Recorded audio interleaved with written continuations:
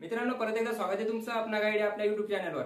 जसं की तुम्हाला माहिती आहे की आपण आतापर्यंत प्रॅक्टिस सेट 4 कंप्लीट केली, म्हणजे गणित या विषयाची जवाहर नवोदय विद्यालय प्रवेश परीक्षेसाठी 4 प्रॅक्टिस सेट कंप्लीट झाले। आज आपण या ठिकाणी कुठलाही उशीर न करता, कुठल्याही दुसऱ्या गोष्टी न करता आपण डायरेक्टली आता प्रॅक्टिस सेट क्रमांक 5 या ठिकाणी सुरू करणार आहे। आणि आता आजपासून तुम्हाला एक नवीन गोष्ट अजून या ठिकाणी मिळणार। हा जो प्रॅक्टिस सेट असणार आहे, हा जो गणित या विषयाचा 5 नंबरचा प्रॅक्टिस सेट असणार आहे, तोच तुम्हाला इंग्लिश मध्ये सुद्धा मिळणार। म्हणजे जसं की या ठिकाणी जेवढे प्रश्न आता काही मुलं असे असतील जे की इंग्लिश मीडियम वाले असतील, तर ते इंग्लिश मीडियम वाले मुलं या ठिकाणी ते इंग्लिश मध्ये, म्हणजे त्यांच्यासाठी वेगळा व्हिडिओ या ठिकाणी याच प्रश्नावर पण इंग्लिश मध्ये आपण या ठिकाणी कव्हर करणार आहे। म्हणजे इंग्लिश वाल्यासाठी, इंग्लिश मीडियम वाल्यासाठी सुद्धा आणि मराठी मीडियम वाल्यासाठी सुद्धा। आतापर्यंत मराठी मीडियमचे जेवढे काही 4 प्रॅक्टिस सेट होते, 4 प्रॅक्टिस सेट तुम्ही बघितले असतील। आज आपण या ठिकाणी आता लगेच 5व्या प्रॅक्टिस सेटचे प्रश्न या ठिकाणी पाहणार आहेत। तर शेवटी फक्त तुम्हाला एवढं सांगायचं की तुमचे 20 पैकी किती प्रश्न बरोबर आले, आणि त्यासाठी तुम्हाला काय करायचं, ज्यावेळेस पण प्रश्न तुमच्या समोर आला त्यावेळेस त्या प्रश्नाला तुम्ही पॉज करून त्या ठिकाणी प्रश्न अगोदर ते सोडून पाहणार आणि नंतर त्याचं उत्तर टॅली करणार, म्हणजे त्याचं उत्तर चेक करणार की तुमचं उत्तर आणि या ठिकाणी जे उत्तर दिलेलं आहे ते उत्तर बरोबर आहे का नाही। तर आणि शेवटी कमेंट मध्ये सांगणार की तुमचे 20 पैकी किती प्रश्न बरोबर आले। तर आता कुठला उशीर न करता लगेच आपण सुरू करू।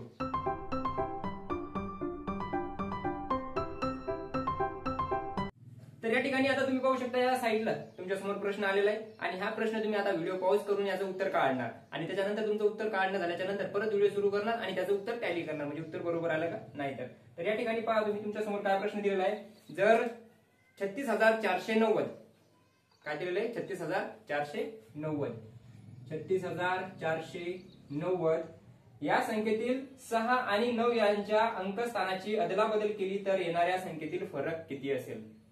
म्हणजेच काय करायचं, याच्यात सांगितलं आपल्याला 6 आणि 9, म्हणजे 6 या ठिकाणी आहेत आणि 9 या ठिकाणी, या दोन अंकाची काय करायची, अदलाबदल करायची, म्हणजे त्याची प्लेस चेंज करायची। आणि त्याची प्लेस चेंज केल्याच्या नंतर याच्यातून ती वजा करायची, कारण फरक आपल्याला विचारला, बेरीज नाही विचारली। फरक विचारल्यामुळे त्याच्यातून या संख्येतून वजा करायची आणि किती बेरीज उत्तर येईल ते आपल्याला ठिकाणी सांगायचं। मग अगोदर संख्या काय होईल, ती 3 तर त्याच्या ठिकाणीच राहतील, 6च्या जागी 9 येतील, त्याच्यानंतर 4 त्याच्याच जागेवर राहतील, 9च्या जागेवर 6 जातील, या ठिकाणी 0 होईल। हे झाले 39,460। आता 39,460 हे 36,490 पेक्षा मोठे येतं, मग आपल्याला या संख्येतून ही संख्या काढावी लागेल। मग या ठिकाणी आपण घेणार 36,490, याची जर वजाबाकी केली तर 10तून 0तून 0 तर या ठिकाणी 0, 16तून 9, आता 6तून 9 जात नाही, मग कॅरी करावं लागेल, 16 होतील। 16तून जर 9 गेले तर या ठिकाणी किती उरतात, 7।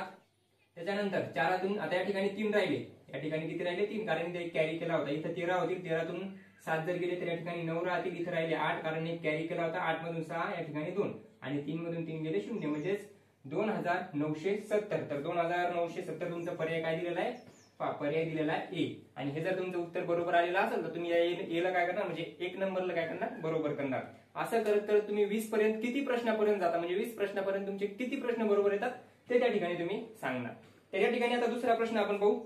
पहा दुसरा प्रश्न काय दिलेला आहे, 18,759 या संख्येतील कोणत्या अंकाचे स्थानीय मूल्य सर्वात अधिक। एकदम सोपा प्रश्न दिलेला आहे, तुम्हाला संख्या दिलेली आहे 18,759। 18,759 ही संख्या दिलेली आहे आणि या संख्येतलं सांगितलं स्थानिक मूल्य, म्हणजेच काय, त्याची प्लेस व्हॅल्यू सांगायची, फेस व्हॅल्यू नाही। फेस व्हॅल्यू म्हणजेच काय, दर्शनी किंमत, आणि प्लेस व्हॅल्यू म्हणजेच काय, स्थानिक किंमत।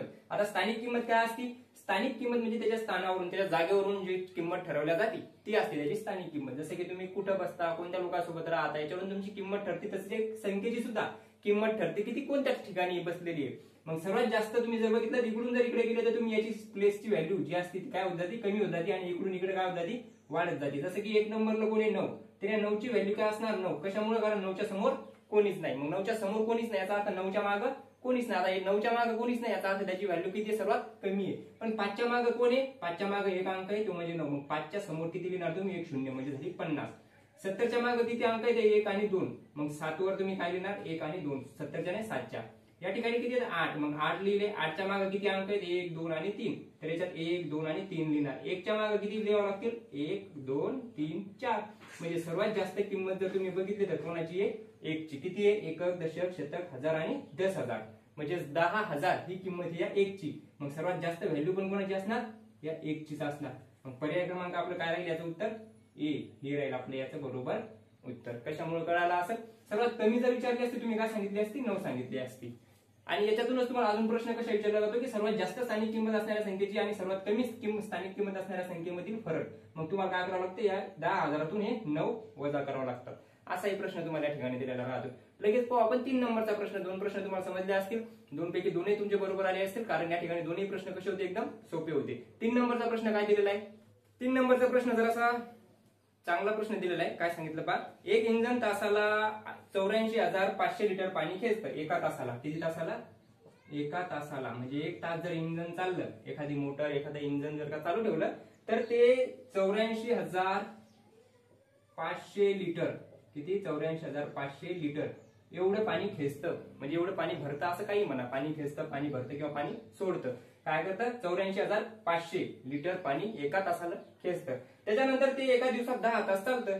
म्हणजे आता एका तासाला एवढं, तर 10 तासाला म्हणजे एका दिवसात किती? त्याला गुणिले 10 करावं लागेल. त्याच्यानंतर ते 5 दिवस चालतं. असं 5 दिवस 10 तास 10 तास दररोज चालतं.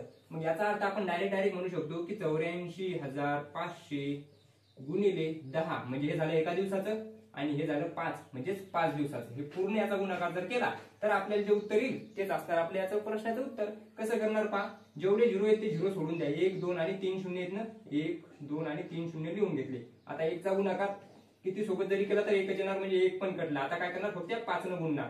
5 5 25 ची 5 हातचे आले 2.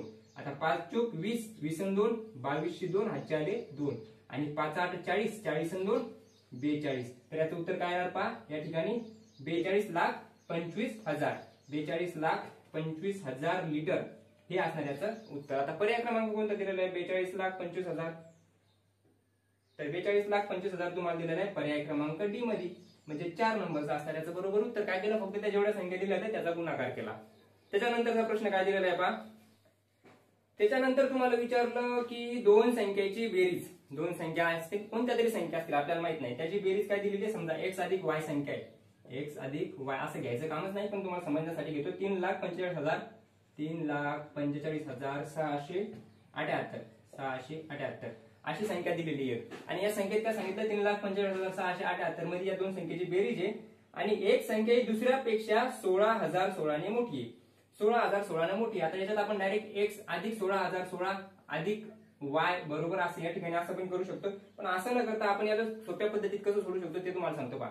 जेवढे शिल्लक आहेत ना तेवढे आधी बाजू काढून ठेवा. जेवढे शिल्लक आहेत तेवढे बाजू काढून ठेवायचे. म्हणजे पहा 3,45,678 मधून आपण जर का या ठिकाणी 16,016 बरोबर आहे, 16,016 याची काय करणार? आपण वजाबाकी करणार, यातला फरक काढणार. म्हणजे जेवढे शिल्लक होते ते बाजू काढून ठेवणार.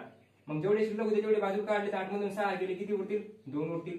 7 मधून 1 गेला किती उरल? 6 उरल. 6 मधून 0 6, 5 मधून 6 जाणार नाही, किती होतील? 15 होतील. आणि 15 जर झाले तर या 15तून 6 जर गेले किती उरतील? 9. या ठिकाणी किती राहिले? 3. 3 मधून 1 गेला 2, या ठिकाणी 3. म्हणजेच आता हे 16,016 काढल्याच्या नंतर किती उरले पहा? 3,29,662.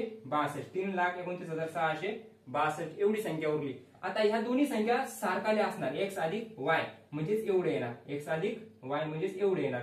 मग त्या आता याला आपण 2 न भाग देऊन पाहू. याला जर 2 न भाग दिला तर या ठिकाणी आता 2 न जर भाग दिला तर याचं उत्तर काय येईल? किंवा असं न लिहिता याचा भागाकार असा, तुम्हाला असा आडवा भागाकार काही मुलाला येत नसेल तर आपण डायरेक्टली उभा भागाकार करू याचं समजण्यासाठी.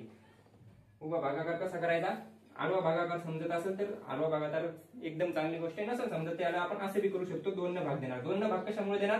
कारण x आणि y या दोन संख्येची बेरीज असणार आहे. मग दोन संख्येची बेरीज असणार, त्यासाठी आपल्याला एक संख्या काढायची. मग 2 न भाग दिल्याच्या नंतर काय येईल पहा? बे 1 बे, उरलं किती? 1 झाले 2, बे 1 12, 0 0 खाली घेतले 9, बे चूक 8, खाली किती राहील? 1, त्याच्यानंतर 6, आणि या ठिकाणी बे 8 16, 0 0, त्याच्यानंतर परत आता 6 राहिले, 6 खाली येतील, म्हणजेच बेत्रिक 6 आणि बे 1 बेत्रिक 6 आणि बे 1 बे. अशा पद्धतीने याचं उत्तर येणार. किती येणार? 1,64,831. 1,64,831 हे असणार याचं उत्तर. म्हणजे पहा 3,29,662 झाली दोन्हीची बेरीज, 1,64,831 झाली एक संख्या.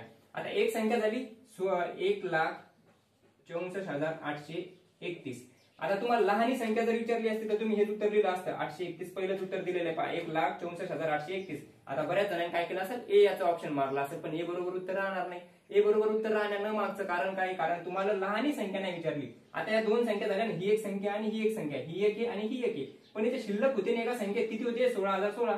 मग ते 16,016 तुम्ही या संख्येत मिळवा 16,016. हे जर याच्यात मिळवली तर आपल्याला मोठी संख्या भेटेल, ही लहान संख्या झाली. आता ही मोठी संख्या भेटेल. 6 आणि 1 7, 3 आणि 1 4 8. त्याच्यानंतर 6 आणि 4 10 अशी शून्य हाताला 1 7 आणि 2 6 आणि 2 8 आणि या ठिकाणी 1. म्हणजे या ठिकाणी किती येणार पहा 1,80,847. 1,80,847 हे असणार याचं बरोबर उत्तर. 1,80,000 कुठे गेलं, पर्याय कोणता दिलेला आहे तुम्हाला पहा 1,80,847 तुम्हाला पर्याय दिलेला आहे सी मध्ये. कशात दिलेला आहे? 5 नंबरचा प्रश्न तुम्हाला काय दिलेला आहे 32 चे मूळ अवयव काढण्याची प्रक्रिया. मूळ अवयव काढणे एकदम सोपं आहे. मूळ अवयव म्हणजे काय, जोपर्यंत त्याला भाग जातो कोणत्याही संख्येला तोपर्यंत भाग देत राहायचं. एकदम सोप्या पद्धतीने आपल्याला सांगितलेले काय दिलेले 32 दिलेले. आता या 32 चे भाग पाडायचे. कसे पाडायचे? आता तुम्हाला 32 म्हणजे कितीने भाग जातो हे विचार नाही करायचा. 32 चा तुम्ही फक्त टेबल पाहणार की 32 कितीच्या टेबल मध्ये येतात. तुम्हाला माहिती आहे 16 दोन्ही 32 होतात. तुम्ही याला 16 गुणिले 2 असे लिहू शकता. परत या 16 ला अजून तुम्ही कसं फोडू शकता, कारण आता 2 ला तर भाग जाणार नाही, 1 न भाग नाही द्यायचा फक्त, कारण 1 न तर कौरव भाग दिला तरी आपण एक भाग देतच राहणार, म्हणजे भाग तो जातच राहणार. मग 1 न नाही द्यायचा. 1 च्या वरची संख्या आता 2 ला किती न भाग जाईल? 2 ला तर 2 ला आता भाग जाणारच नाही. 2 काय झाली? मूळ संख्या झाली. आता एक संख्या भेटली आपल्याला. आता या 16 चे अवयव काढा. 16 चे अवयव कसे पाडायचे? या 16 चे किती होतात? 4 गुणिले 4 4 चूक 16 गुणिले 2 4 चूक 16 16 दोन्ही 32. या 4 चे किती भाग पडतील? 2 गुणिले 2. या 4 चे किती भाग पडतील? 2 गुणिले 2 आणि या 2 चे 2. म्हणजे हे झाले याचं उत्तर. म्हणजे काय येईल? 5 वेळेस 2 चा गुणाकार. म्हणजे त्याचा पर्याय क्रमांक राहील ए. काय राहील? ए राहील याचं बरोबर उत्तर. आता याला भाग दिला, पुन्हा भाग जाणार आहे का? प्रत्येक संख्येला मूळ अवयव आले. आता कधी कधी फक्त इथं 2 2 2 2 नाही तर 2 2 3 5 7 असं पण येऊ शकतं. जोपर्यंत मूळ अवयव येतात म्हणजे मूळ संख्या येतात तोपर्यंत काय करणार तुम्ही? भाग देत राहणार. मूळ संख्या तुमच्या पाठ असतीलच. 1 ते 100 पर्यंत किती संख्या असतात? 25 संख्या असतात मूळ संख्या. त्याच्यानंतरचा प्रश्न बघू आपण. त्याच्यानंतर दिलेले आहे तुम्हाला 1632 ही संख्या दोन संख्येच्या गुणाकाराच्या स्वरूपात लिहा, मात्र या दोन्ही संख्येपैकी एका संख्येचे आणखी अवयव पडू नये. म्हणजे सोपं आहे. काय सांगितलं? 1632 आहे. 1632 ही संख्या आहे. या संख्येला आपल्याला असं लिहायचं की दोन संख्येचा गुणाकार. जसं मी 32 लिहिलं होतं 16 दोन्ही 32 किंवा आता 32 ला मी 8 अजून काय लिहू शकतो? 4 8 32 असं पण लिहू शकतो. म्हणजे दोन संख्येचा गुणाकार आला पाहिजे. दोनच संख्या लिहायच्या. मग इथं तुम्हाला पर्याय काय दिलेले? आपण डायरेक्ट पर्याय अगोदर पाहू. पर्याय दिला 68 किती 68 24 ए 68 गुणिले 24 बी. बी काय दिलेला आहे? 34 48 34 गुणिले 48. सी काय दिलेला आहे पहा? सी दिलेला आहे तुम्हाला 17 96 17 गुणिले 96. आणि डी काय दिलेला आहे? डी पर्याय दिलेला आहे 32 51 32 गुणिले 51. अशा पद्धतीचे 4 पर्याय तुम्हाला या ठिकाणी दिले. पण आता प्रॉब्लेम काय पहा, प्रश्नात काहीच विचार नाही करायचा. तुम्हाला म्हणसाल की 24 चा गुणाकार 68 सोबत करायला, 34 चा 48 सोबत, 17 चा 96 सोबत, 32 चा 51 सोबत करायला किती वेळ लागेल? चेक करायला किती टाइम लागेल? याच्यातच पेपर होऊन जाईल. पण पेपर घालायचा नाही ना. पेपर घालायचा कशामुळे नाही? कारण आपल्याला प्रश्नाचं काही घेणं देणं नाही. आपल्याला प्रश्न हे किती संख्या दिली, याचा गुणाकार किती होते, काही घेणं देणं नाही. आपण काय करणार? फक्त हे पाहणार की या दोन्ही पैकी अशी एकच संख्या कोणती आहे. म्हणजे प्रत्येक ऑप्शन मध्ये अशी एक संख्या पाहायची जिला भाग जात नाही. याचा अर्थ ती मूळ संख्या असली पाहिजे. आता 68 मूळ संख्या आहे का?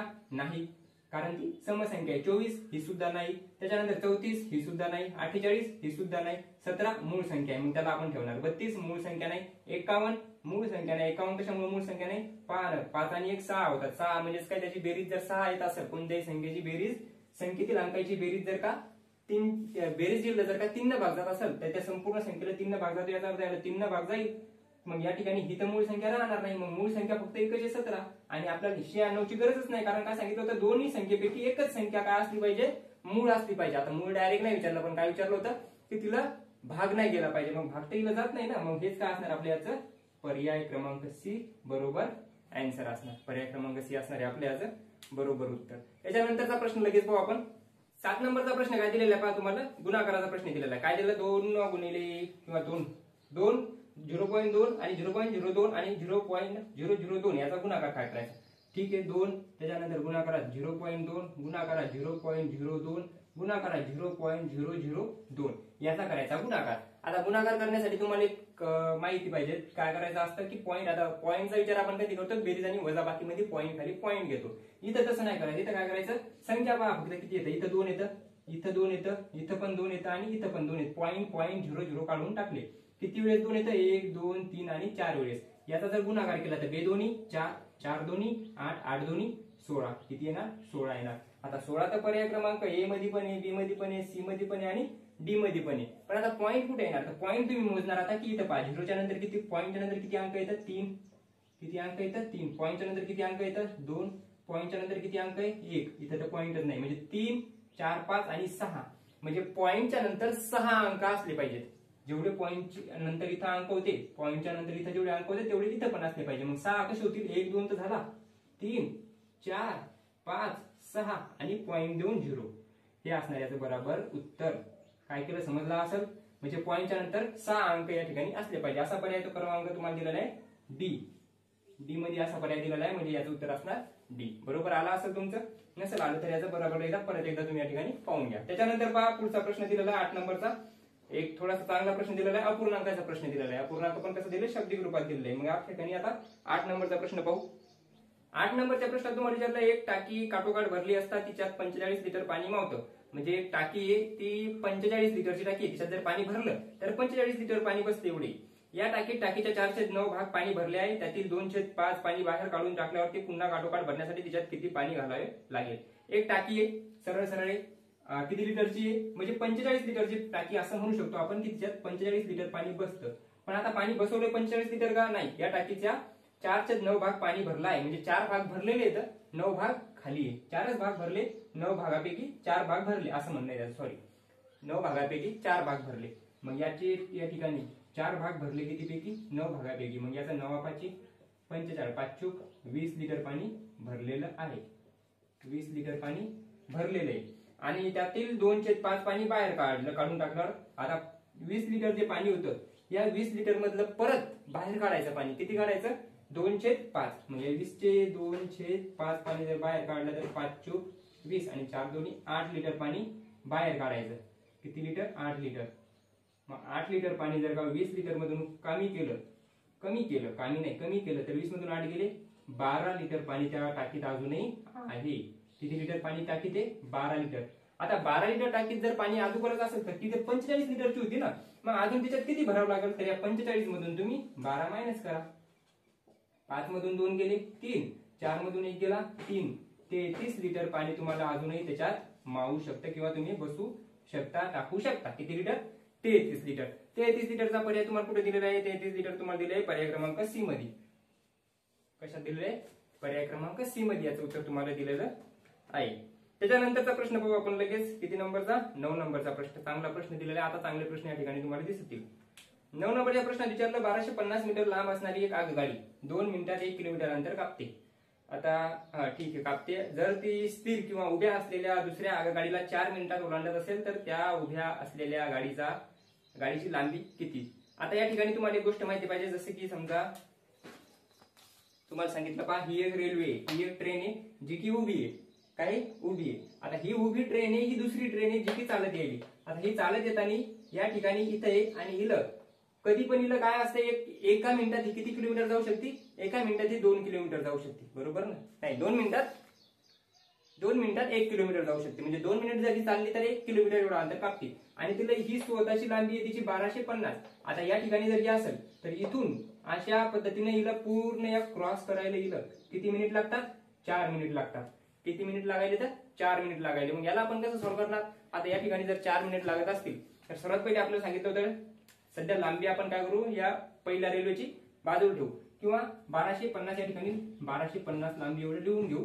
त्याच्यानंतर काय सांगितलं पहा, 2 मिनिटात ती किती जाती?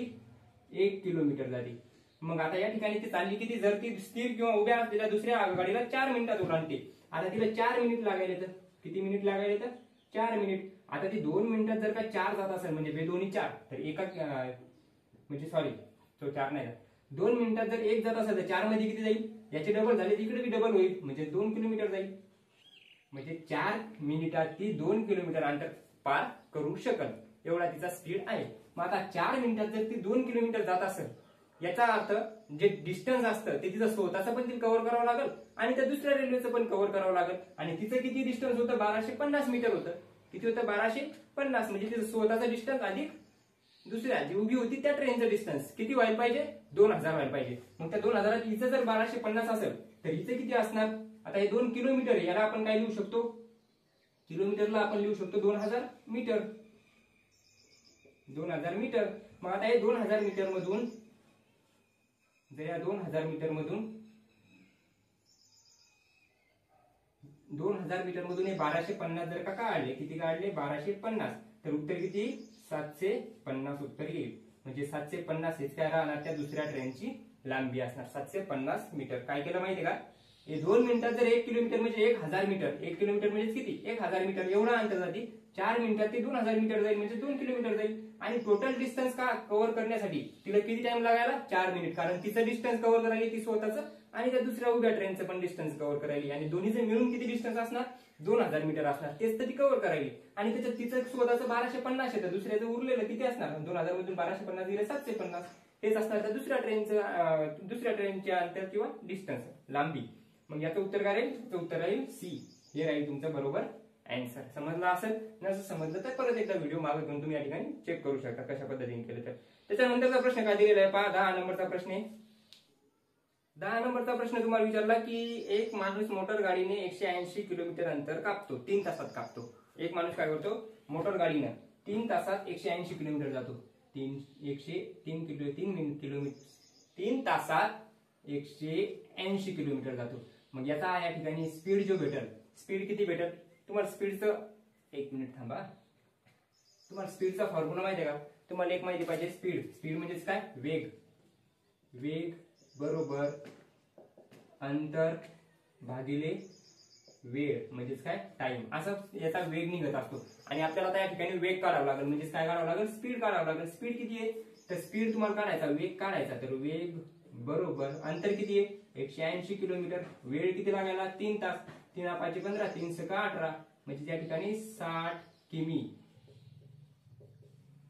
प्रति तास हे असणार याचा वेग म्हणजेच स्पीड. आता याच वेगनं म्हणजे याच स्पीडनं ही गाडी काय करते, याच वेगाने पुढचे 1250 किलोमीटर अंतर तिला का पार करायचं, 1250 60 किलोमीटरच्या स्पीडनं, 60 किलोमीटर प्रति तास या स्पीडनं 1250 किलोमीटर अंतर पार करायचं. मग आता या ठिकाणी किती वेळ लागेल, तर तुम्हाला आता या ठिकाणी वेळ विचारला ना, परत वेळचं पण म्हणजे वेळ कसा काढता त्याचं पण सूत्र लिहून घ्या.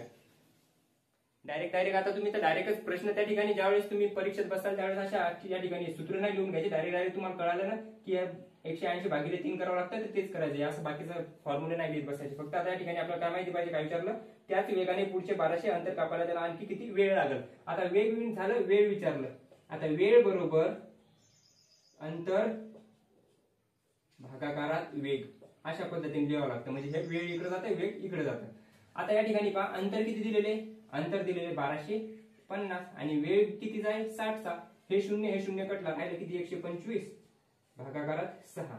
आता 6 ने जर भाग दिला तुम्ही तर या ठिकाणी 6 1 6 दोन्ही 12 आणि या ठिकाणी 20 येतील, म्हणजे 20 ने भाग दिला तर बेस 12 120 होतील, राहिले किती 5 शिल्लक. मग 5 तुम्ही वर घेणार आणि 5 ला 6 ने तर भाग जाणार नाही, मग 5/6 हेच असणार याचं बरोबर उत्तर. काय येणार याचा वेळ म्हणजे तास, 20 अपूर्णांकात 5/6 तास एवढा याला या ठिकाणी वेळ लागणार. असा पर्याय तुम्हाला दिलेला आहे पर्याय क्रमांक बी मध्ये. कशा दिलेला आहे, पर्याय क्रमांक बी मध्ये दिलेला आहे. कसं केलं माहितीये काय, 6 ने भाग जर दिला तर 6 ने 20 ने पूर्ण भाग चालला, 20 सगळं किंवा बे सगळं 120 म्हणजे 20 सगळं 120, तर या ठिकाणी किती 120 झाल्याच्या नंतर राहिले किती 125 मधून 120 गेले, किती राहिले 5 राहिले. मग 5 राहिले आणि खाली भाग 6 ने दिला होता म्हणून भागात 6 घेतले, कारण 6 ने या ठिकाणी पूर्ण भाग जाणार नाही. याचं उत्तर किती 20.8 असं काहीतरी उत्तर यायला पाहिजे, कारण 6×8 असं या ठिकाणी उत्तर येईल. पण ते आपल्याला अपूर्णांकात या ठिकाणी दिलेलं आहे, पूर्णांकयुक्त अपूर्णांकात दिलेले, त्यामुळे याचा पर्याय काय राहील बी राहील. पॉईंट मध्ये जर दिला असतं तर ते 20.8 अशा पद्धतीने लिहिलं असतं. याच्यानंतर आता या ठिकाणी 10 प्रश्न तुमचे झाले. 10 प्रश्न कसे वाटले ते कमेंट मध्ये सांगा, आणि जर व्हिडिओ आवडला असेल तर त्याला नाही हे सांगायचंच नाही, करायचंच करा नाहीतर राहू द्या, ठीक आहे. तर या ठिकाणी पहा आवडला असेल तरच करा नाहीतर राहू द्या. त्याच्यानंतर काय दिलं पहा 10 प्रश्न झाले, या 10 पैकी तुमचे किती प्रश्न बरोबर आले ते या ठिकाणी नक्की सांगा. मग या ठिकाणी आता आपण 11 आणि पुढचे म्हणजे 11 पासून 20 पर्यंत हे प्रश्न आता या ठिकाणी लगेच पाहून घेऊ. पहा 11 नंबरचा प्रश्न काय दिला तुम्हाला, 11 नंबरचा प्रश्न पदावली दिलेली, पदावली म्हणजेच काय समीकरण दिलेलं आहे. काय दिलं 20/5, 20/5 ब्रॅकेटच्या बाहेर किती येतं भागाकारात 2 दिलेलं येतं, +16 भागाकारात 8 ब्रॅकेटच्या बाहेर गुणाकारात 2 अधिक 10 भागाकारात 5, त्याच्यानंतर गुणाकारात 3 अधिक 2. आता जेवढं ब्रॅकेटच्या आत आहे म्हणजेच काय म्हणायचं, जे घरात राहतात ना त्याला जास्त किंमत द्यायची, जे घरात राहतात त्याला जास्त किंमत द्यायची. जास्त किंमत द्यायची म्हणजेच कसं, जे या ब्रॅकेट मध्ये ते आधी सोडून घ्यायचे. मग 5 चूक 20 भागाकारात 2 अधिक 8 दोन्ही 16 गुणाकारात 2 अधिक, म्हणजे बाहेरचे मी काय करायला जशाल तसे लिहून घ्यायलो, आतलेच सॉल्व्ह करायलो. आता अधिक झालं 5 दोन्ही 10 गुणाकारात 3 आणि 2 5. हे झालं. आता सगळे ब्रॅकेटच्या बाहेर आले. आता कोण आले या ठिकाणी, आता आपण हे पाहणार की मोठा कोण आणि लहान कोण. मोठे गुण असतात, सर्वात मोठा असतो भागाकार, नंतर गुणाकार, नंतर बेरीज आणि वजाबाकी. मग या ठिकाणी बेदोनी 4 अधिक बेदोनी 4 सॉरी बेदोनी 4, म्हणजे या ठिकाणी बेदोनी 4 आले ना, 2चा भाग दिला आणि इथं गुणाकार केला बेदोनी 4. तुम्ही म्हणाल बेदोनी 4 मग इथं 4 नाही लिहिले, बेदोनी 4 म्हणजे इथं 2 नाही लिहिले. काय केलं, इथं भाग आहे म्हणून बेदोनी 4 आणि याचा गुणाकार आहे बेदोनी 4 असं होईल. अधिक 5 दोन्ही 10 10 आणि 4 14 14 आणि 2 16. ह्या असणार याचं बरोबर उत्तर. तर 16 तुम्हाला दिलेला आहे. पर्याय कोणता, सी क्रमांकाचा म्हणजे सी नंबरचा प्रश्न तुम्हाला उत्तर या ठिकाणी दिलेलं आहे. काय असणार याचं बरोबर 16. त्याच्यानंतर पुढचा प्रश्न काय दिलेला आहे पहा, याच्यासोबतच पाहून घेऊ. 12 नंबरचा प्रश्न दिलेला आहे. 4 6 16 4 6 16 4 6 आणि 16 4 6 आणि 16 दिलेले आहे. त्याच्या पुढे तुम्हाला सांगितलं की 1 2 आणि 3 पुढचे 3 पद काढा किंवा पुढचे 3 अंक कोणते येतील ते सांगा. काय काढणार याच्यात आपण सर्वात पहिले पाहणार याच्यात फरक कितीचा आहे. फरक कितीचा आहे म्हणजे 4 आणि 6 मध्ये कितीचा फरक आहे, प्लस 2चा फरक आहे. त्याच्यानंतर 6 आणि 16 मध्ये कितीचा फरक आहे, 4 6 दिली होती का, सॉरी 4 9 दिली होती. 4 6 9 दिली, 4 9 दिली होती. 4 9 आणि 16. तर 4 आणि 9 मध्ये कितीचा फरक आहे, तर 5चा फरक आहे. 9 आणि 16 मध्ये कितीचा फरक आहे, 7चा फरक आहे. आणि या ठिकाणी कितीचा फरक येईल, त्याच्यानंतर याच्यात किती फरक येईल आणि याच्यात कितीचा फरक येईल. आता तुम्ही जर पाहिलं ते +5 +7 5 नंतर 2 आले, 5 नंतर 2 सोडले 7 झाले, 5 6 7. मग या ठिकाणी 8 9 पण येऊ शकतात, 10 11 पण येऊ शकतात, 12 13 पण येऊ शकतात. म्हणजेच 5 6 7 8 9 10 11 12 13 असा फरक असू शकतो. याचा असं काढून पाहू आपण अगोदर. आणि जर असं नसेल तर मग या ठिकाणी काय राहू शकतं, मूळ संख्येचा फरक राहू शकतो. म्हणजे इथं मूळ संख्या इथं मूळ संख्या, म्हणजे इथं कितीचा फरक येईल, इथं 11चा येईल, इथं किती येईल 13चा, इथं किती येईल 17चा. जर असं नाही आलं तर मग आता या ठिकाणी 9 4 9 16 झाल्याच्या नंतर 16 मध्ये जर 9 मिळवले तर या ठिकाणी किती येतील, 25 येतील. 25 येतील बरोबर, 25 येतील. 25 मध्ये जर का 11 मिळवले तर या ठिकाणी 36 येतील. 36 मध्ये जर का या ठिकाणी 13 मिळवले तर 6 7 8 9 49 येतील. मग 25 36 49 पर्याय आपल्याकडे आहे का, 25 36 49 25 35 35. सी ऑप्शन आपल्या या ठिकाणी काय असणार, बरोबर असणार, कारण आपल्याकडे ते पर्याय दिलेला आहे. आता हे पर्याय जर दिला नसता तर आपण काय केलं असतं, याचा मूळ संख्या काढली असतं, म्हणजे मूळ फरक काढला असता आणि ते पर्याय या ठिकाणी आला असता. तर हे बरोबर आलं असेल तुमचं. त्याच्यानंतर 13 नंबरचा प्रश्न आपण पाहू लगेच. पहा 13 नंबरचा प्रश्न काय दिलेला आहे, एखाद्या दिलेल्या अपूर्णांकात एकच नैसर्गिक संख्या अंशामध्ये आणि छेदामध्ये गुणले तर तयार होणारा नवीन अपूर्णांक. एक शाब्दिक प्रश्न तुम्हाला दिलेला आहे, माहिती पाहिजे तुम्हाला. काय माहिती पाहिजे, कोणताही जर एक अपूर्णांक घेतला आपण, जसं की मी घेतला या ठिकाणी 2/3 घेतले, असा अपूर्णांक घेतला एक, आणि या अपूर्णांकात कोणते एकाच नैसर्गिक संख्येने वरही आणि खाली जर गुणलं किंवा भागलं, भागाकार जरी केला तरी पण असतं आणि गुणाकार केला तरी पण तेच असतं. जर का फरक या ठिकाणी आपण केला म्हणजे गुणाकार केला तर त्याच्यात काही फरक पडत नाही. मग याचं उत्तर काय राहील, पहिल्यासारखाच राहतो, ए राहील याचं बरोबर उत्तर. करून पाहू आपण एकदा. या ठिकाणी मी 2 मध्ये 2 मिळवतो आणि या ठिकाणी पण 2 मिळवतो, म्हणजे 2 न गुणतो, बेदोनी 4 होतील आणि 3 दोन्ही 6 होतील. परत जर मी याला जर भाग दिला तर बेदोनी 4 आणि बेत्रिक 6, म्हणजे 2/3 आपल्याला भेटायलेच, म्हणजे 2/3च हे उत्तर याचं राहतं. म्हणजे तुम्ही कोणत्याही संख्येने जर परत परत याला गुणलं वरही आणि खाली पण, तर त्याच्यात कुठलाही फरक पडत नाही. फक्त काय होतं, त्याच्या किमती वाढतात पण ती अपूर्णांकाची किंमत मात्र तेवढीच राहते. किमती वाढतात पण किंमत तेवढी वाढते. म्हणजेच काय, हे पहा ना, आता या ठिकाणी 2/3 होते, याला मी आता 5 न गुणतो, परत या ठिकाणी 5 न गुणतो. आता 2/3 यायला पाहिजे पहा, 5 दोन्ही 10 आणि 5 त्रिक 15. आता या ठिकाणी परत जर 5 न भाग दिला मी, 5 दोन्ही 10 आणि 5 त्रिक 15, म्हणजे परत या अपूर्णांकावर आपण पोहोचू शकतो ना. मग याचा अर्थ याची किंमत बदलायली नाही. काय व्हायला, फक्त ते भाग 15 पैकी 10 म्हणजे 3 पैकी 2 याचं प्रमाण जे असणार ते कसं असणार, समान असणार.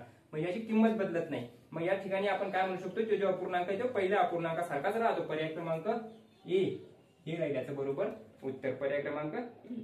पुढचा 14 नंबरचा प्रश्न पहा. एका माणसाने एक स्कूटर 47,000ला खरेदी केली आणि तिच्या दुरुस्तीवर 3,000 रुपये खर्च केले. त्याने ती रुपये 52,000ला विकली. त्याचा नफा आणि तोटा किती. इथं बिना पेन आणि पेपरचं तुम्ही हे उत्तर काढू शकता. म्हणजे पेनही वापरायचा नाही, पेपर म्हणजे काय लिहिण्यासाठी सुद्धा काहीच वापरायचं नाही. तुम्ही काय करायचं, फक्त प्रश्न वाचायचा आणि त्याचं उत्तर लिहायचं. कसं लिहायचं? तुम्हाला माहिती आहे 47,000 रुपयाला त्यानं स्कूटर घेतलं, 47,000 घेतलं. आता काय केलं त्याने? 3,000 रुपये त्याच्यावर खर्च केला. म्हणजे 47,000 पहिले खर्च झाले, आता 3,000 रुपये अजून खर्च झाले. किती झाले एकूण? 50,000 रुपये. 47, 48, 49 आणि 50,000 रुपये झाले. आता या 50,000च्या जागी त्याने विकले गेले ते 52,000 रुपये आलं. म्हणजे त्याच्या खिशातून गेले किती? 50,000. त्याने विकलं किती रुपये आलं? 52,000 आलं. म्हणजे 2,000 रुपये त्याला काय झाला? नफा झाला. पर्याय क्रमांक काय असणार याचं? ए हे असणार याचं बरोबर उत्तर. त्याच्यानंतर पहा 15 नंबरचा प्रश्न दिला. 12 मीटर आणि 10 मीटरच्या सभागृहात, म्हणजे एक सभागृह आहे अशा पद्धतीचा. या सभागृहात किती आहे? 12 आणि 10 मीटर, मीटर मध्ये दिलेले. आता हे जे मीटर मध्ये दिलेले या सभागृहात मळण्यासाठी 10 सेंटीमीटर आणि 8 सेंटीमीटरच्या, म्हणजे अशा पद्धतीच्या 10 आणि 8 सेंटीमीटरच्या या ठिकाणी तुम्हाला टाईल बसवायच्या म्हणजे फरशी बसवायची. काय बसवायचं? फरशी बसवायची. तर तुम्हाला विचारलं किती फरशा लागतील, पण फरशीची साईज काय आहे? फरशीची साईज अशा पद्धतीची आहे 10 सेंटीमीटर आणि 8 सेंटीमीटर, 10 सेंटीमीटर आणि 8 सेंटीमीटर अशी तिची साईज दिलेली आहे. आता हे सेंटीमीटर मध्ये आणि हे मीटर मध्ये आहे, मग प्रॉब्लेम येणार ना आपल्याला. मग आपण काय करणार? या 12 मीटरला काय करणार? 1200 सेंटीमीटर लिहिणार आणि या 10 मीटरला काय करणार? 1000 सेंटीमीटर लिहिणार. आता हे सेंटीमीटर मध्ये झाले, हे सेंटीमीटर मध्ये झाले, हे तर सेंटीमीटर मध्ये दिलेलंच आहे. मग या ठिकाणी तुम्ही आता एरिया कसा काढणार? याचा एरिया निघतो 1200 गुणिले 1000 हे झाला याचा एरिया. आता या फरशीचा एरिया म्हणजे क्षेत्रफळ कसं काढणार? 10 गुणाकारात 8. आणि याचे जर तुम्ही सॉल्व्ह केलं याला तर यालाच काय भेटेल तुम्हाला? किती फरशा लागतात तर ते मिळेल. कसं मिळेल पहा. हे 10 कटले तरी ते एक शून्य कटला आणि या ठिकाणी आता 4 किंवा 4 दोन्ही 8 आणि 4 त्रिक 12. इथे राहिले 300, इथे राहिले 2. बे 1 बे आणि बे 5 10 राहिले किती? 150. मग या ठिकाणी 1 5 0, इथे किती? 1 आणि 2 0, 1 आणि 2 0. 15,000 फरशा या ठिकाणी तुम्हाला लागणार. किती लागणार? 15,000 फरशा. 15,000 फरशा कशात दिलेले? 15,000 फरशा दिलेले पर्याय क्रमांक बी मध्ये. पर्याय क्रमांक बी मध्ये दिलेले तुम्हाला किती दिलं? 15,000 रुपये. त्याच्यानंतरचा पुढचा प्रश्न पाहिजे पहा काय दिलेला आहे. पुढीलपैकी सरळ कोनाचे माप कोणते? कोण असतात? हे असतात अशा पद्धतीचे कोण.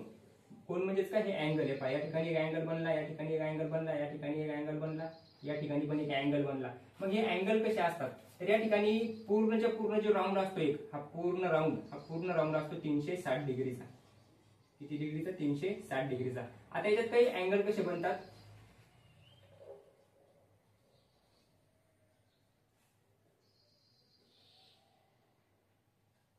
काय कशा पद्धतीने बनतात पहा. इथं पहा सर्वात पहिले तुम्हाला दिलेला असतं हा जो अँगल असतो पूर्ण उभा अशा पद्धतीचा. हे जे अँगल आहे हा असतो 90 डिग्रीचा. किती डिग्रीचा? 90 डिग्रीचा. त्याच्यानंतर या 90 डिग्री पेक्षा कमी म्हणजे एवढ्या भागात जर एखादा अँगल असेल, म्हणजे इथं जर एखाद्याने अशा पद्धतीचा अँगल घेतला, अशा पद्धतीचा अँगल जर घेतला एवढा छोटासा म्हणजे 90 डिग्री पेक्षा कमी, तर याला आपण काय म्हणतो? लघुकोन. याला आपण काय म्हणणार? याला म्हणणार काटकोन.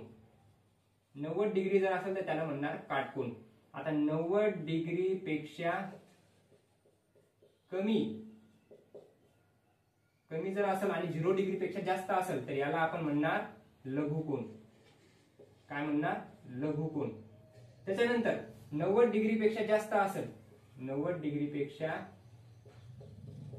जास्त पण 180 डिग्री पेक्षा कमी जर असेल तर त्याला आपण काय म्हणणार? आता 90 डिग्री पेक्षा जास्त आणि 180 पेक्षा कमी म्हणजे एवढ्या भागात याला आपण म्हणणार विशाल कोन. काय म्हणणार? विशाल कोन. याला म्हणणार विशाल कोन. मग आता सरळ कोन कुठे दिला? काटकोन दिला, लघुकोन दिला, विशाल कोन दिला. सरळ कोन कुठे दिला? सरळ कोन असणार बरोबर 180 डिग्रीचा म्हणजे एवढा. हा जो कोन असणार 180चा म्हणजे 180 डिग्री बरोबर काय असणार? सरळ कोन. कोणता कोन? सरळ कोन. स्ट्रेट अँगल 180 डिग्रीचा. मग याचं उत्तर काय राहील? 180 डिग्री. हे राहील याचा आपलं बरोबर अँसर. पर्याय क्रमांक दिलेला आहे बी. पर्याय क्रमांक काय दिलेला आहे? बी. तर हे बाकीचे तुम्हाला 3-4 अँगल या ठिकाणी लक्षात ठेवायचे कारण याच्यावरूनच प्रश्न विचारला जातो. पहा पुढचा प्रश्न काय दिला. 17 नंबरचा प्रश्न तुम्हाला काय विचारला की 4.25 लाख रुपयांना एक जुने घर विकत घेऊन 1.25 लाख रुपये खर्च करून ते दुरुस्त केले व ते 6 लाख रुपयांना विकले. या व्यवहारात झालेला नफा किती, नफा तोटावरच प्रश्न दिलेला आहे. किती दिले सर्वात पहिले दिले होते 4.5 लाख. 4.5 लाख म्हणजे किती, 4.5 लाख म्हणजे 3 लाख किती असतात 75,000. 3,75,000 रुपये म्हणजेच 4.5 लाख. नंतर 1.25 लाख रुपये खर्च केला त्याच्यावर. हे घर घेतलं त्याच्यानंतर ती काही तुटफूट झालेली असेल घरात, त्याच्यावर खर्च केला किंवा मग फर्निचर लावण्यासाठी, टीव्ही घेण्यासाठी, कूलर घेण्यासाठी, एसी लावण्यासाठी त्याने काय केलं, त्याच्यावर 1.25 लाख रुपये म्हणजे 1,25,000 एवढा खर्च केला. आता याची जर बेरीज केली आपण तर 0 0 0 5 आणि 5 10चा 0 1 7 आणि 2 8 9 आणि 1 10 अशी 0 8ला 1 त्याच्यानंतर 3 4 आणि 1 5 लाख रुपये टोटल त्याला खर्च लागला घर घेण्यापासून त्याच्यावर मरम्मत करण्यासाठी, त्याचं पूर्ण रिकन्स्ट्रक्शन करण्यासाठी. किती 5 लाख रुपये. आणि विकलं केवढ्याला 6 लाखाला. एकदम सोपं होतं, 6 लाख रुपयाला विकलं. मग 6 लाखाला जर विकला असेल तर त्याला याच्यात किती फायदा झाला, तर त्याला 1 लाखाचा फायदा या ठिकाणी झाला. 1 लाख रुपये खाऊन तो बसला. 1 लाख रुपये खाऊन बसला या एवढ्या एका व्यवहारात. मग या ठिकाणी काय भेटेल, याचं आपलं 1 लाख रुपये कुठे दिलेलं आहे, 1 लाख रुपये उत्तर दिलेलं आहे बी मध्ये. बी मध्ये या ठिकाणी उत्तर दिलेले. त्याच्यानंतरचा पुढचा प्रश्न, 3च प्रश्न आपल्या ठिकाणी बाकी राहिलेत. आणि पुढचा एक प्रश्न काय दिलेला आहे पहा, तुम्हाला विचारलं 3.5 कसे दिले पहा, 3 1/2 गुणाकारात 3 1/2 याचा गुणाकार करायचा, बस एवढ्या पद्धतीने दिलेलं आहे. आता याचा गुणाकार कसा करणार, आता हे पूर्णांक युक्त अपूर्णांकाला आपण काय करू, अगोदर अपूर्णांकात देऊन घेऊ. कसं घेऊ, याचा आपण कसं सोडवत असतो पहा, इथं काहीच चिन्ह दिलं नाही. मग बेत्रिक 6 आणि 1 किती 7/2 गुणाकारात बेत्रिक 6 आणि 1 7/2. तर याचा जर गुणाकार केला 7 7 49 आणि बे दोन्ही 4 असा पर्याय दिलेला आहे. याच्यात असा एकही पर्याय दिलेला नाही, एकही पर्याय दिलेला नाही. मग आता उत्तर राहणार नाही का, राहणार. याच्या पुढे आपल्याला सोडवावं लागेल. कसं सोडवावं लागेल, आता पहा 4ला कितीनं भाग दिल्याच्या नंतर 49च्या आसपास जाऊ आपण, तर 12 चूक 48. मग या ठिकाणी याचं उत्तर काय येईल पहा, म्हणजे 4 किंवा याला भाग देऊन पहा तुम्हाला. आता 12चा टेबल तुम्हाला येत नसेल काय जणाला, मग कसं करणार आपण पहा, 4 केली या ठिकाणी किती राहिले 49, 4 1 4 0 9 खाली घेतली, 4 2 8 किती उरला 1. आता 1 जो खाली उरला ना, आता या 12 पूर्ण भाग गेला, मग आपण लिहिणार 12. आता खाली किती उरला 1 बाकी उरला, तो वर लिहिणार. आणि कितीनं भाग दिला 4 हे 12 अपूर्णांकात 1/4 या असण्याचं उत्तर. पर्याय क्रमांक काय दिला डी. पर्याय क्रमांक दिला डी. अशा पद्धतीने याला करू शकतो. किंवा तुम्हाला माहिती आहे 48ला 12 भाग जातो, म्हणजे 12चा पूर्ण भाग जाणार. 12 चूक 48 उरला 1 उरला म्हणून वर घेतला. जेवढे बाकी राहतील तेवढे वर घ्यायचे आणि भागाकारच 4 द्यायचे, कारण 4 भाग दिला होता आपण. अशा पद्धतीने याचं उत्तर तुम्ही काढणार. आता राहिले आपले 2 प्रश्न, आणि हे 2 प्रश्न जे असणार एकदम सोपे असणार. पण या ठिकाणी तुम्हाला प्रश्न कशावर असणार, स्तंभालेखावर. कारण एक नवीन तुमच्या ऍड झालेला आहे जो भाग आहे तो या ठिकाणी स्तंभालेख असेल किंवा मग आलेख असेल कोणताही, याच्यातून तुम्हाला प्रश्न सांगायचे असतात. तर 2 प्रश्न तुम्हाला या ठिकाणी ते बघायला मिळतील. 18 नंबरचा प्रश्न दिला, 18 नाही 19 नंबरचा, 18 झाले ना, 19 नंबरचा प्रश्न दिला. सोबतच्या स्तंभालेखात एक कुटुंबाचा विविध बाबींवरचा खर्च दाखवला आहे. ठीक आहे, काय दिलेलं आहे पहा, अशा पद्धतीचा एक स्तंभालेख दिलेला आहे. त्याच्यात तुम्हाला सर्वात पहिले इथे 0 दिलं, नंतर 5,500 दिले, नंतर 1,000 दिले, त्याच्यानंतर 1,500, त्याच्यानंतर 2,000, त्याच्यानंतर 2,500. अशा पद्धतीचा एक स्तंभालेख दिलेला आहे. इथे एक्स ऍक्सिस आहे, इथं वाय ऍक्सिस आहे. आणि इथं वर किती सांगितलं पहा, भाडे म्हणजे स्फेअर, त्याच्यानंतर अन्नावर, त्याच्यानंतर कपड्यावर, त्याच्यानंतर प्रवासावर, त्याच्यानंतर इतर खर्च, असे काही खर्च दिलेले आहेत. आता हे खर्च दिल्याच्या नंतर तुम्हाला काय सांगितलं पहा, भाड्यावर किती खर्च झाला 1,500 रुपये. मग भाडे तुम्ही काय करणार 1,500 पर्यंत घेऊन जाणार इथपर्यंत. त्याच्यानंतर अन्नावर किती खर्च झालेला आहे, अन्नावर खर्च झालेला 2,500, अन्नावर खर्च झालेला 2,500. त्याच्यानंतर कपड्यावर किती खर्च केला 1,000 रुपये कपड्यावर खर्च केला. त्याच्यानंतर प्रवासावर खर्च केला 500 रुपये. त्याच्यानंतर इतर खर्च झाला त्याचा 2,000 रुपये. कुठे 2,000 या ठिकाणी 2,000 रुपये असे तुम्हाला दिलं, म्हणजे सोपं तुम्हाला ओळखण्यासाठी पहा 2,500 अशा पद्धतीने तुम्ही काढू शकता तिथे. अशा पद्धतीने खर्च दिला. विचारलं का तुम्हाला कुटुंबाचा एकूण खर्च किती, बाप टोटल एकूण खर्च विचारला. आता पहा खर्च कुठं कुठं झाला, 500 रुपये अधिक 1,000 रुपये अधिक 1,500 रुपये अधिक 2,000 रुपये अधिक 2,500 रुपये एवढा खर्च झाला टोटल. आता हे कसं मोजणार कसं, हे 1500 आणि हे 500 झाले किती 2000, हे 2 आणि 2 झाले 4000, 4000 आणि 1 5000, 5 आणि 2 7000 आणि 500 7500 रुपये एवढा खर्च याचा झाला. 7500 पर्यंत दिलेला आहे सी मध्ये. फक्त बेरीज करायची होती, एकदम सोपा प्रश्न दिलेला होता. 7500 काय असणार याचं बरोबर उत्तर असणार. आता शेवटचा प्रश्न पाहू आपण. अशाच पद्धतीचा एक आलेख दिलेला आहे, पण रेख आलेख दिलेला आहे. कशा पद्धतीचा आलेख दिलेला आहे पहा. 20 नंबरचा प्रश्न आहे. सोबत 4 रेषालेखात एका कंपनीला 2015 ते 2020 पासून 2015 पासून 2020 पर्यंत या कालावधीत झालेला नफा दिलेला आहे आणि तो कोटी रुपयात दिलेला आहे. म्हणजे नफा काय फक्त 40 50 60 70 80 असा नाही झाला, तो कोटी 40 कोटी 50 कोटी 60 कोटी 80 कोटी अशा पद्धतीने दिलेला आहे. 2016 आणि 18 या वर्षामध्ये एकूण किती नफा झाला ते सांगायचं फक्त तुम्हाला.